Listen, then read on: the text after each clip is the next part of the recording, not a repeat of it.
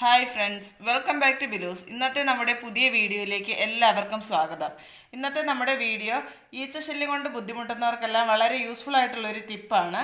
അതുകൂടാതെ വേറെ ഒന്ന് രണ്ട് ടിപ്പുകളും കൂടെ ഞാൻ ഈ വീഡിയോയിൽ കാണിക്കുന്നുണ്ട്. വീഡിയോ ഫുള്ളായി ഒന്ന് കണ്ടു നോക്കി വീഡിയോ നിങ്ങൾക്ക് ഇഷ്ടപ്പെട്ടാൽ വീഡിയോ ഒന്ന് ലൈക്ക് ചെയ്യാനും ചാനൽ സബ്സ്ക്രൈബ് ചെയ്യാനും മറക്കരുത്.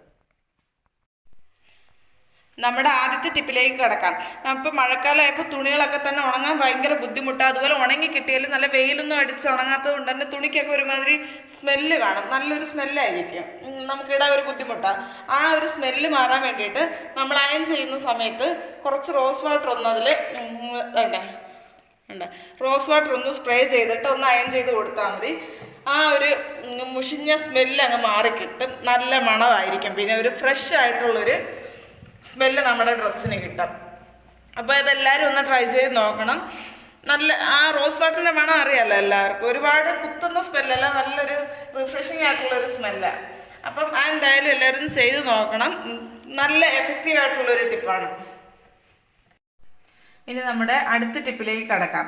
നമ്മുടെ വീട്ടിലെ ഏറ്റവും പ്രധാനപ്പെട്ട ഒരു ഏരിയയാണ് നമ്മുടെ ഡൈനിങ് ഏരിയ. ഡൈനിങ് ഏരിയയുടെ അടുത്താണ് നമ്മളെപ്പോഴും വാഷ് ബേസിൻ വാഷിംഗ് ഏരിയ ഒക്കെ സെറ്റ് ചെയ്യുന്നത്. ഇപ്പോൾ നമ്മുടെയൊക്കെ വീട്ടിൽ വാഷ് ബേസിൻ ചില സമയത്ത് നല്ല നീറ്റായിട്ട് കിടന്നാൽ പോലും വാഷ് ബേസിൽ നിന്നൊരു ബാഡ് സ്മെല്ല് വരാറുണ്ട്.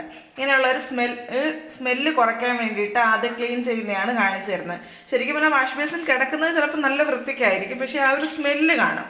അപ്പോൾ ആ സ്മെല്ല് പോകാൻ വേണ്ടിയിട്ട് ഞാൻ ചെയ്യുന്നത്, ആദ്യം കുറച്ച് സോഡാപ്പൊടി, നമ്മുടെ സോഡാപ്പൊടി എടുക്കും. അതിലേക്ക് കുറച്ച് വിനാഗിരി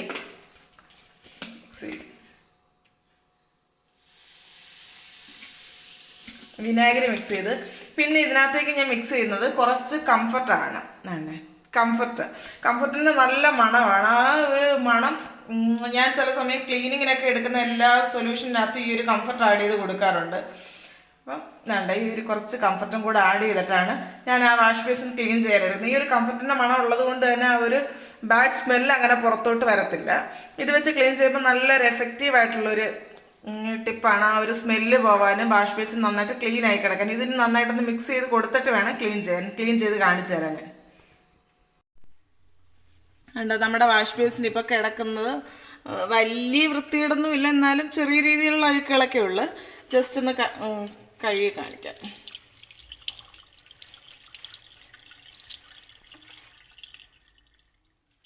നമുക്ക് ഈ ഒരു ലിക്വിഡൊന്ന് അങ്ങനെ തളിച്ചു കൊടുക്കാം. ആ ഒരു കംഫർട്ടിൻ്റെ മണം ഉള്ളത് കൊണ്ട് നമ്മുടെ ആ റൂമിൽ തന്നെ നല്ല മണം. ഇപ്പം നമ്മൾ ഡ്രസ്സ് കഴുകുമ്പം തന്നെ ആ ഒരു കംഫർട്ടിൻ്റെ മണം കൊണ്ട് അത് ഒരുപാട് നേരം ലാസ്റ്റ് ചെയ്യുമല്ലോ. അതുപോലെ നമ്മുടെ റൂമിലും നല്ലപോലെ ആ ഒരു മണം ലാസ്റ്റ് ചെയ്യും. അതിനുശേഷം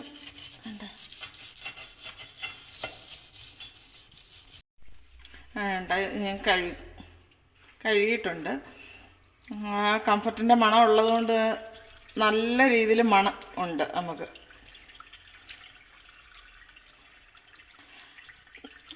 എല്ലാവരും ഇതൊന്ന് ട്രൈ ചെയ്ത് നോക്കണം. ഇങ്ങനെ നമ്മൾ ക്ലീനിങ്ങിൻ്റെ സമയത്ത് ആ ക്ലീൻ ചെയ്യുന്ന ലിക്വിഡിനകത്ത് കുറച്ച് കംഫർട്ടും കൂടെ യൂസ് ചെയ്ത് കഴിഞ്ഞാൽ നല്ല സ്മെല്ല്. റൂമിനും ഒക്കെ ഞാൻ ചില സമയം ക്ലീൻ ചെയ്യുമ്പോൾ നമ്മുടെ അകം റൂമൊക്കെ തുടയ്ക്കുമ്പോഴും ആ തുടയ്ക്കുന്നതിനകത്തും ചില സമയത്ത് ഈ കംഫർട്ട് എടുത്ത് ആഡ് ചെയ്യാറുണ്ട്. ഇത് ആ വാഷ് ബേസിൻ കഴുകേൻ്റെ ബാലൻസ് വന്ന ആ ഒരു ലിക്വിഡിൻ്റെ പാർട്ട്, അതുകൊണ്ട് തന്നെ ഞാൻ ഈ വാഷ് ബേസിൻ്റെ ഭാഗത്ത് ഈ കൗണ്ടർ ടോപ്പിലൂടെ അങ്ങ് തുടച്ചെടുക്കും.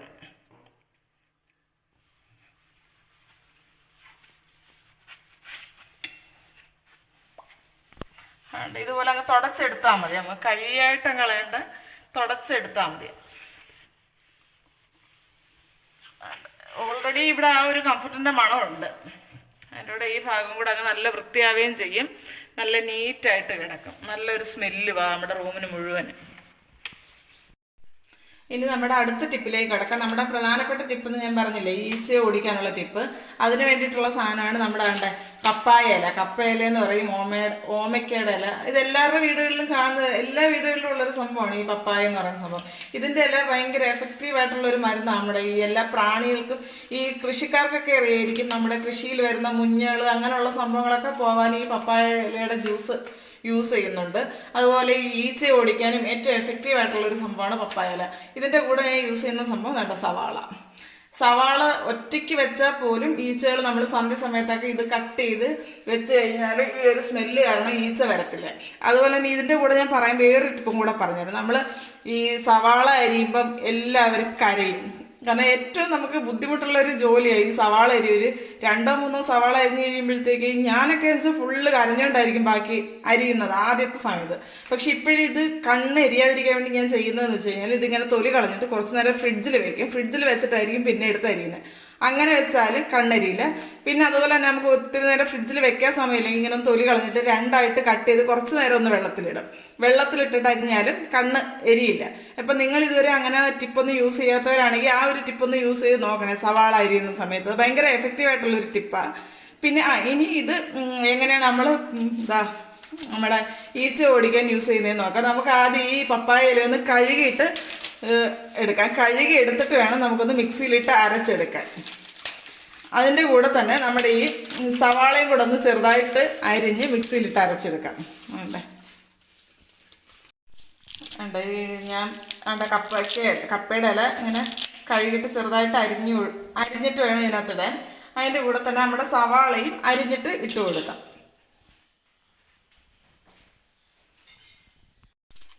സവാളയും ഞാൻ ചെറുതായിട്ട് അരിഞ്ഞാട്ടോ ഇട്ട് കൊടുക്കുന്നത്. ഇതിലേക്ക് ഞാൻ ഇനി കുറച്ച് വെള്ളം കൂടെ ചേർത്ത് കൊടുക്കുന്നുണ്ട്, നന്നായിട്ട് അരഞ്ഞ് കിട്ടാൻ വേണ്ടിയിട്ട്. ഇത് നമ്മൾ കുറേശ്ശെ ഉണ്ടാക്കിയാൽ മതി കേട്ടോ. ഒരുപാട് ഉണ്ടാക്കി വെച്ചിരുന്നാൽ കുറേ ദിവസമൊന്നും ഇരിക്കത്തില്ല, അത് കേടായിപ്പോൾ. അതുകൊണ്ട് ഒരു ദിവസത്തിനൊക്കെ 1 അല്ലെങ്കിൽ 2 ദിവസം, അതിൽ കൂടുതലൊന്നും ഇത് യൂസ് ചെയ്യാൻ പറ്റത്തില്ല. അതുകൊണ്ട് വളരെ കുറച്ച് എമൗണ്ട് ഉണ്ടാക്കിയാൽ മതിയാവും. ഇതിനെ നന്നായിട്ടൊന്ന് അരച്ചെടുക്കാം. ഇത് അടിച്ചെടുത്തിട്ടുണ്ട്. ഇങ്ങനെയാണ് കിട്ടിയിരിക്കുന്നത്. ഇതിന് നമുക്കൊന്ന് അരിച്ചെടുക്കണം. അരിച്ചെടുത്തിട്ട് നമുക്കൊരു സ്പ്രേ ബോട്ടിലോട്ടോ മറ്റോ ഒഴിച്ചിട്ട് നമുക്കിത് നമ്മൾ തുടയ്ക്കുന്ന സ്ഥലത്ത് ഒഴിച്ചു കൊടുത്ത് തുടച്ചെടുക്കാം. ഇതിനൊരു ഒരുമാതിരി അത് കുത്തുന്ന സ്മെല്ല്, ആ ഒരു പപ്പായ ഇലയുടെയും പിന്നെ ഒരു സവാളയുടെയും കൂടെ സ്മെല്ലായിട്ട് നമുക്കത്ര ഇഷ്ടപ്പെടുന്ന ഒരു സ്മെല്ലല്ല, ഒരുമാതിരി കുത്തുന്ന ടൈപ്പ് ഒരു സ്മെല്ലാണ് ഉള്ളത്. ഇത് നമുക്ക് എന്നിട്ട് നമ്മുടെ കിച്ചണിൽ എവിടെയാണോ ഈച്ച ശല്യം കൂടുതലായിട്ടുള്ള നമ്മുടെ കൗണ്ടർ ടോപ്പിലൊക്കെ നമുക്ക് ഒഴിച്ചു കൊടുത്തിട്ട് തുടച്ചെടുക്കാം. ഞാൻ ഇതാണെങ്കിൽ ഒരു പഴയ ഒരു അരിപ്പ് ഉപയോഗിച്ചിട്ട് ഒരു ഗ്ലാസ്സിലോട്ടാട്ടോ അരിച്ചെടുക്കുന്നത്. ഇതിന് ഞാൻ പറഞ്ഞില്ലേ ഒരുപാട് ഉണ്ടാക്കിയിട്ടില്ല, ഞാൻ ക്വാണ്ടിറ്റി കുറച്ചേ ഉണ്ടാക്കിയിട്ടുള്ളൂ. നമുക്ക് ഒരുപാട് ദിവസം വെച്ചിരുന്ന് യൂസ് ചെയ്യാനൊന്നും പറ്റത്തില്ല. ഇത് അതുകൊണ്ട് കുറച്ചേ ഉണ്ടാക്കിയിട്ടുള്ളൂ. നമ്മുടെ ലിക്വിഡ് ഞാൻ അരിച്ചെടുത്തിട്ടുണ്ട്. ഇതിന് ഏതെങ്കിലും ഒരു സ്പ്രേ ബോട്ടിലോട്ട് നമുക്ക് ഒഴിച്ചു കൊടുക്കണം.